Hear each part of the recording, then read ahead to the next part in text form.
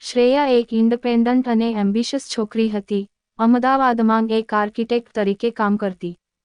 દિનકાર એક સરળ, શાંત અને લેખક કુદરતનો છોકરો, જે મુદ્રા નજીકના ગામમાં રહેતો. બંનેની મુલાકાત એક ઓફિશિયલ પ્રોજેક્ટ દરમિયાન થઈ. શ્રેયા તે ગામમાં એક હેરિટેજ હોટેલ ડિઝાઇન કરવા આવી હતી અને દિનકાર ત્યાંના લોકલ ઇતિહાસ વિશે માહિતી આપતો હતો. પ્રથમ દ્રષ્ટિએ પ્રેમ ન થયો, પણ એક અલગ પ્રકારની જિજ્ઞાસા જન્મી. બંને એકબીજાથી સંપૂર્ણ જુદા, છતાં એકબીજામાં રસ લેનાર. દિનકારની લખાણપ્રેમી દૃષ્ટિ અને શ્રેયાની પ્રેક્ટિકલ જિંદગી વચ્ચે વાતચીત થતી રહી. ધીમે ધીમે, પાનખરની જેમ ઠંડા લાગતા સંબંધમાં વસંત આવી. દિનકાર શ્રેયાને નાની નાની ખુશીઓનું મહત્વ સમજાવતો, અને શ્રેયા દિનકારને સપનામાં વિંગ્સ આપતી. એક દિવસ, વરસાદમાં ભીંજાતા દિનકારે શ્રેયાને કહ્યું, "તું મારી વાર્તા છે. .. એવી વાર્તા જે પંક્તિઓની જરૂર નથી ધરતી, માત્ર તારા હોવાનો અહેસાસ જ પૂરતો છે." શ્રેયા મીઠાસભર હસતાં કહે છે, "અને તું મારા ડ્રોઈંગ બોર્ડ પર આવતો વાસંતી રંગ છે." શ્રેયા હવે અમદાવાદ પરત ફરે છે. દિનકાર ગામમાં રહ્યો.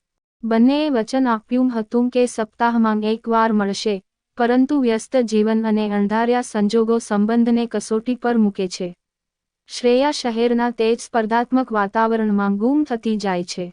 પ્રોજેક્ટ ડેડલાઇન, ક્લાયન્ટની અપેક્ષા, અને પોતાના સપનાની શોધમાં તે પોતાને તણાવમાં અનુભવે છે.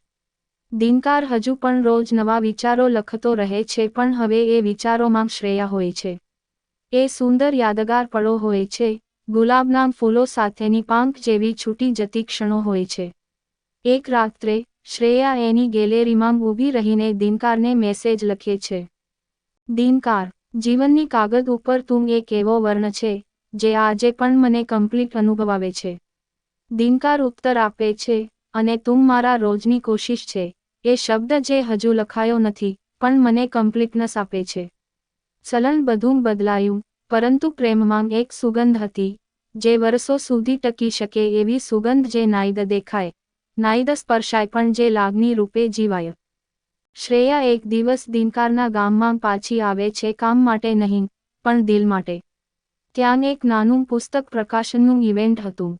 દિનકારનું પુસ્તક પ્રેમના પાનખર પછી વસંત રિલીઝ થવાનું હતું. પુસ્તકના અંતમાં, "આ પુસ્તક કોઈ કલ્પિત પ્રેમકથા નથી, આ એ સત્ય છે જેની આસપાસ વિશ્વ સર્જાયું છે અને એની પાસે બેઠી છે શ્રેયા." શ્રેયા સ્ટેજ પર આવે છે. લોકો તાળી વગાડે છે. દિનકાર અને શ્રેયા એકબીજાની આંખોમાં જોઈને સ્મિત કરે છે. આવી જ સ્ટોરી સાંભળવા માટે ચેનલને સબસ્ક્રાઇબ અને વિડીયોને લાઇક કરજો મિત્રો. ધન્યવાદ.